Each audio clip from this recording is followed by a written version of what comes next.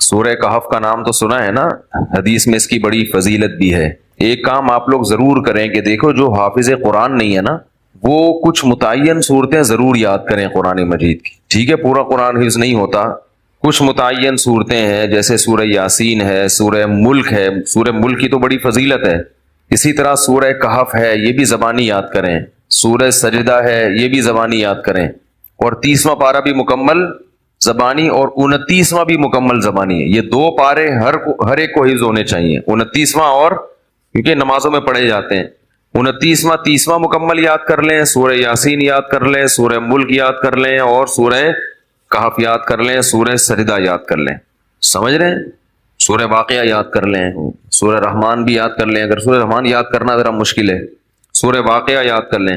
تو یہ چند صورتیں آپ یاد کریں گے نا، تو اس کا فائدہ کیا ہوگا کہ تہجد میں آپ لمبی نماز پڑھ سکتے ہیں۔ دیکھو سورہ کہف جمعے کے دن فضیلت ہے نا، تو وہ جمعے کی رات کو تہجد میں پڑھ لو سورہ کہف، فضیلت بھی حاصل ہو جائے گی اور نماز کا ثواب بھی مل جائے گا۔ تو جن لوگوں کو قرآن کا حصہ یاد نہیں ہوتا، وہ تہجد لمبی رکعتیں پڑھ ہی نہیں سکتے، وہ علم طرح سے بس پڑھتے رہیں گے، رکوع کریں گے پھر اٹھیں گے، تو وہ تہجد میں جو ہے نا کچھ اپنا سینے میں اتنا قرآن محفوظ رکھنا چاہیے تاکہ کبھی انسان کی طبیعت میں نشاط ہوتا ہے، وہ لمبی نماز پڑھنا چاہتا ہے تو پڑھ سکے، وہ سمجھ رہے ہیں؟ 30واں پارہ ہے، ایک پارہ تہجد میں پڑھ لیں مکمل 30واں پارہ، تو یہ تھوڑا تھوڑا روزانہ قرآن مجید یاد کیا کریں۔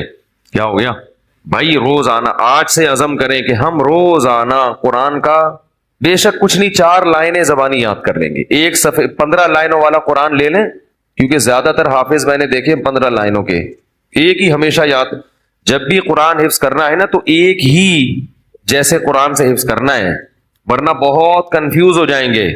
بھائی قرآن جو چھپتے ہیں نا ان میں کچھ 15 لائنوں والے ہوتے ہیں، کچھ 16 لائنوں والے ہوتے ہیں، کوئی سورت 15 لائنوں سے یاد کر لی، کوئی 16 سے، بہت کنفیوز ہو جائیں گے، پوری زندگی ایک جیسے قرآن سے ہی پھر پڑھا جاتا ہے۔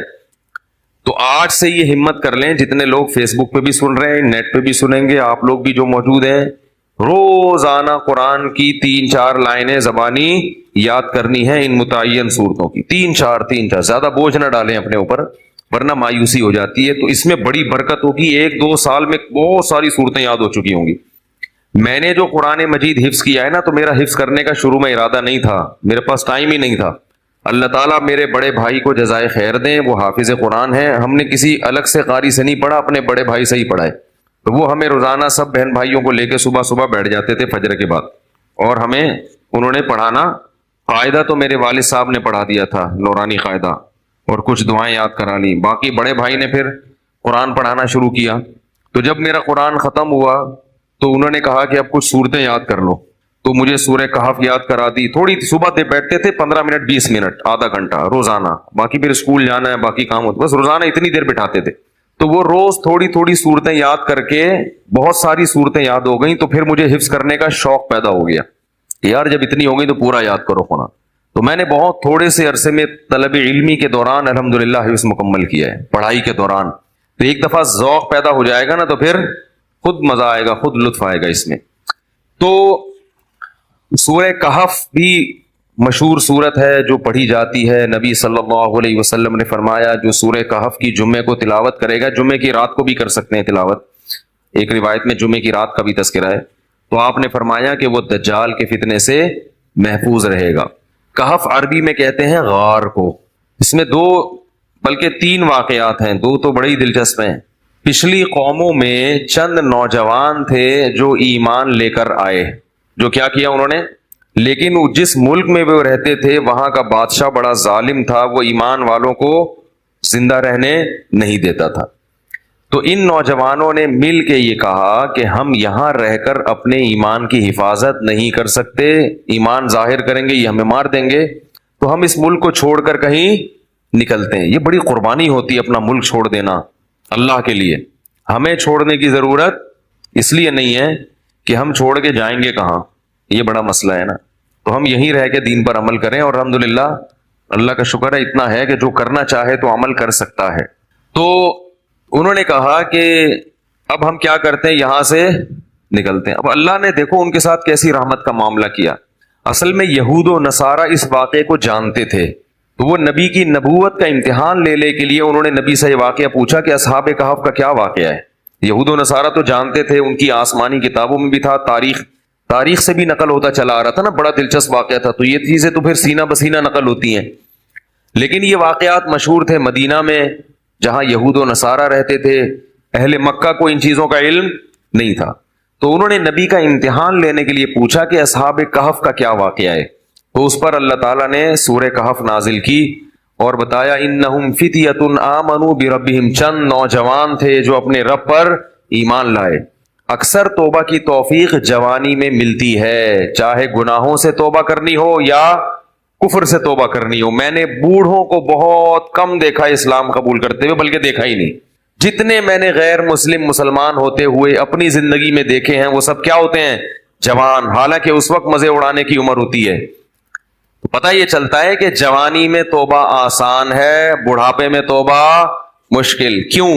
جوانی میں جیسے گناہوں کا جوش ہوتا ہے تو گناہ سے بچنے کا جذبہ بھی جوانی میں ہی پیدا ہوتا ہے، کیونکہ جوش کا ہونا ضروری ہے گناہ کے لیے بھی اور توبہ کے لیے بھی.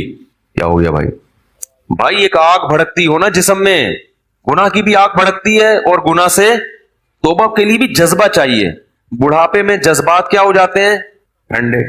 نہ گناہ کا وہ جذبہ رہتا ہے اور نہ گناہ سے توبہ کا وہ جذبہ رہتا ہے، لہذا نیوٹرل ہو جاتا ہے. بس جس حال میں جوانی گزاری اسی میں رہتا ہے. کہتا ہے چھوڑو اب کیا توبہ کرنی، بس آرام سے مجھے زندگی گزارنے دو، مرنے دو آرام سے، چاہے وہ کافر ہو یا گناہ گار ہو. اس لیے یہ نہیں کہ بڑھاپے میں توبہ قبول نہیں ہے، قبول تو بڑھاپے میں بھی ہے، مگر بڑھاپے میں توبہ کی توفیق ملتی نہیں ہے. تو اس لیے جوانی میں ہی توبہ کر لو، اور اسی سال کر لو، اور اسی رمضان میں کر لو، اور اسی اعتکاف میں کر لو، اور ابھی کر لو. شیطان کہے گا کل عید کے بعد کروں گا، پہلے 2-4 فلمیں دیکھوں گا عید کے بعد جو نئی ریلیز ہوں گی ہیں، اور پھر جو ساری مستیاں اپنی پوری کروں گا، نکالوں گا، مزے اڑاؤں گا، پھر کیا کروں گا؟ تسلی سے آخر میں توبہ کر لوں گا. جس نے یہ سوچ کے توبہ کو ڈیلے کیا، مؤخر کیا، اس سے بڑا بے وقوف دنیا میں کوئی نہیں ہے. ایسا نہیں ہوتا. کرنی ہے تو کرو ابھی. اللہ تعالیٰ توبہ کی توفیق دے. آج رات اٹھ کے نا اللہ سے خوب گڑ گڑا کے مانگے، اللہ جتنے گناہ تھے ہم نے چھوڑ دیے. بس ہمت کرو، ہمت کے بغیر دنیا میں کچھ بھی نہیں ہوتا. تو ان نوجوانوں نے کیا کہا بھائی؟ ہمت کرتے ہیں. فتیہ، قرآن کیا کہہ رہے ہیں؟ نوجوان تھے. فتن کی جمع فتیہ آتی ہے. تو انہوں نے کہا کہ بھائی وَإِذِ اعْتَزَلْتُمُوهُمْ وَمَا يَعْبُدُونَ إِلَّا اللَّهَ فَأْوُوا إِلَى الْكَهْفِ، چلو یہاں سے بھاگ کے کسی غار میں پناہ لیتے ہیں، وہاں جا کے سوچیں گے کہ کل کرنا کیا ہے، اگلا پلان کیا. ابھی تو یہاں سے نکلو، یہاں رہ کے کچھ نہیں ہو سکتا. انہیں کیا پتا تھا کہ ان کی اس قربانی پر اللہ ان کو کیسا نوازنے والا ہے. اللہ بڑا شکور ہے. اللہ کا ایک نام ہے شکور. شکور پتہ ہے کسے کہتے ہیں؟ قدردان. آپ تھوڑا کریں اور وہ نوازے بہت زیادہ، اس کو شکور کہتے ہیں. تھوڑی قربانی آپ دو گے مگر وہ نوازے گا بہت زیادہ. اللہ ایسا کرتے ہیں. تو یہ نوجوان نکل کے گئے ہیں اور انہوں نے غار میں کیا کی؟ پناہ لی. وہاں چلے گئے ہیں، نیند آ گئی، سو گئے. ساتھ ان کا کتا بھی تھا.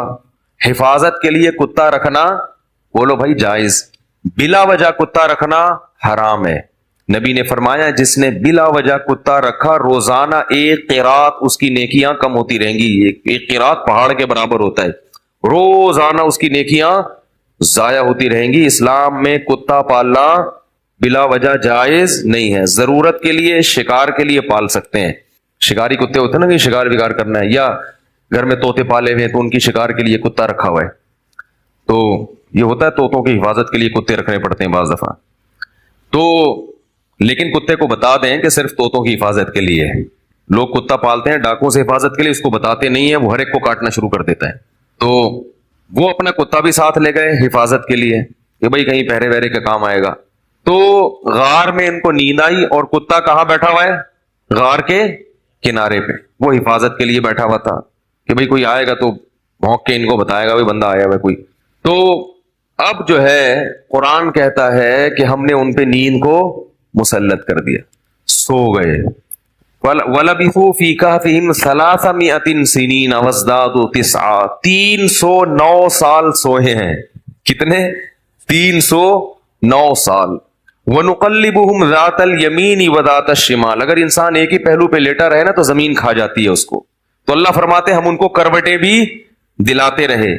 وَتَرَى الشَّمْسَ إِذَا طَلَعَتْ تَزَاوَرُ عَنْ كَهْفِهِمْ ذَاتَ الْيَمِينِ وَذَاتَ الشِّمَالِ وَإِذَا غَرَبَتْ تَقْرِضُهُمْ.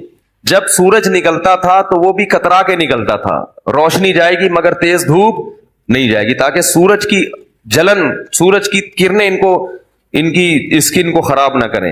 اور اللہ فرماتے ہیں 309 سال تک کتا جس انداز میں بیٹھا رہا ہے، لَوِ اطَّلَعْتَ لَوَلَّيْتَ مِنْهُمْ رُعْبًا وَلَمُلِئْتَ مِنْهُمْ فرارا.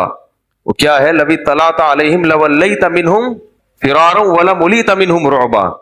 کہ تم اس کتے کو دیکھتے تو روب کی وجہ سے وہاں سے بھاگ جاتے.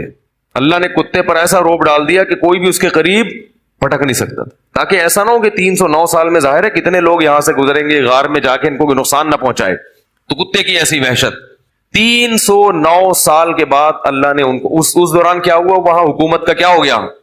بادشاہ مر گیا، پوری رعایا تبدیل ہو گئی، کوئی نیک بادشاہ آ گیا اس ملک میں جو توحید پرست تھا اور نیک لوگوں کی قدر کرتا تھا. پوری رعایا تبدیل ہو گئی، حکومت تبدیل ہو گئی 309 سال میں. تو یہ 309 سال کے بعد سو کے اٹھے ہیں. اب پریشان ہے کہ یار ہم کتنا سوئے ہیں.